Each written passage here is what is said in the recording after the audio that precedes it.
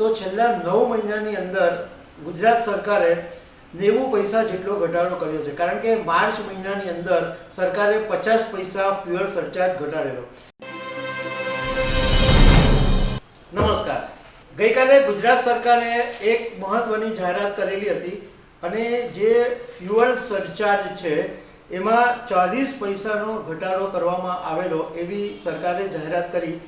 પરંતુ આની અંદર ગુજરાતના લોકોએ એક વાત જાણી લેવાની જરૂર છે કે આ જે લાભ છે એ સરકારી વીજ કંપનીઓ છે એમના જ ગ્રાહકોને મળવાનો છે। એવા 1.71 કરોડ ગ્રાહકો છે, પરંતુ ગુજરાતની અંદર 41 લાખ ગ્રાહકો એવા છે કે જે ખાનગી વીજ કંપનીનો વીજળીનો વપરાશ કરે છે, એમને કોઈ ફાયદો થવાનો નથી। એમાં ફ્યુઅલ ચાર્જ જે છે, ફ્યુઅલ સરચાર્જ છે એ ઘટવાનો નથી। તો આના વિશે હું તમારી સાથે વાત કરીશ। મારું નામ રાજેશ શાહ છે અને તમે જોઈ રહ્યા છો ગુજરાતના સૌથી મોટા ડિજિટલ ન્યૂઝ પ્લેટફોર્મ ખબરછે.com। હમણાં ગુજરાત સરકાર સુશાસન દિવસની ઉજવણી કરી રહી છે અને એના ભાગરૂપે ગુજરાતના ઉર્જા મંત્રી કનુભાઈ દેસાઈએ ગઈકાલે એક એવી જાહેરાત કરેલી કે ફ્યુઅલ સરચાર્જ છે એમાં 40 પૈસાનો ઘટાડો કરવામાં આવશે।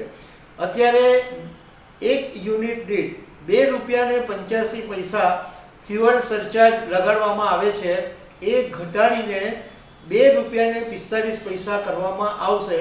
મતલબ કે 40 પૈસાનો ઘટાડો થશે અને આ જે ઇફેક્ટ છે એ ઓક્ટોબર 2024 થી ડિસેમ્બર 2024નું જે બિલ આવશે એની અંદર દેખાશે। એક સામાન્ય ભાષામાં જો હું તમને સમજ પાડું તો ધારો કે તમે 100 યુનિટ વીજ દરનો વપરાશ કરો છો તો તમારા ₹2.85 લેખે ₹2.85 લેખે ₹285 થાય અને આ 40 પૈસા ઘટાડ્યા એટલે ₹245 થશે। મતલબમાં તમે જો 100 યુનિટ વાપરો તો તમને ₹40નો ફાયદો થશે। પરંતુ આ ફાયદો જે છે એ માત્ર સરકારી વીજ કંપનીઓ છે એમના જ ગ્રાહકોને મળશે। અમદાવાદ, સુરત, ગાંધીનગર અને દહેજ SEZની અંદર જે ગ્રાહકો છે 41 લાખ જેટલા ગ્રાહકો છે, એ ગ્રાહકોને આ જે ફ્યુઅલ સરચાર્જ ઘટાડવામાં આવ્યો છે એનો લાભ નહીં મળે। હવે આમ જોવા જઈએ તો છેલ્લા 9 મહિનાની અંદર ગુજરાત સરકારે 90 પૈસા જેટલો ઘટાડો કર્યો છે, કારણ કે માર્ચ મહિનાની અંદર સરકારે 50 પૈસા ફ્યુઅલ સરચાર્જ ઘટાડેલો। પણ તે વખતે જે ફ્યુઅલ સરચાર્જ હતો એ ₹3.35 હતો અને એ 50 પૈસા ઘટાડીને ₹2.85 કરેલો અને હવે આ ₹2.85 વાળો ઘટાડો ₹2.40 થયો। મતલબમાં 9 મહિનાની અંદર સરકારે ₹90 ઘટાડ્યા, 90 પૈસા ઘટાડ્યા એટલે 100 યુનિટથી તમને ₹90ની બચત થઈ શકે છે।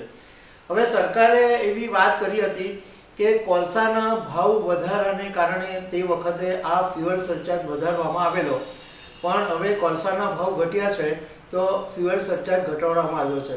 મતલબમાં સરકારના ઘરમાંથી આ પૈસા નથી જતા, પાછો જો કોલસાના ભાવ વધશે તો પાછો ફ્યુઅલ સરચાર્જ વધવાનો છે।